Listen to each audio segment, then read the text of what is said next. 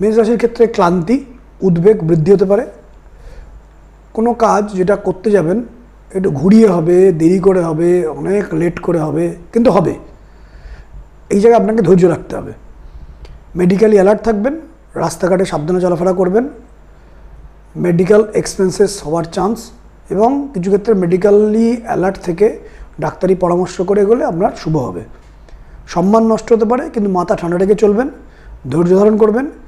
কিছু ক্ষেত্রে নিজের গ্রিপ একটু আলগা করুন, কারণ বেশি জোরে গ্রিপ করতে গিয়ে অসুবিধায় পড়তে পারেন। একটু গ্রিপটাকে আলগা করুন, একটু স্যাক্রিফাইস করুন, তবেই সমাধানের সূত্র তৈরি হওয়ার চান্স থাকছে। গ্রিপ আলগা করা মানে একদম পুরো হাত খুলে ফেলতে বলছি না, একটু গ্রিপটাকে আলগা করা।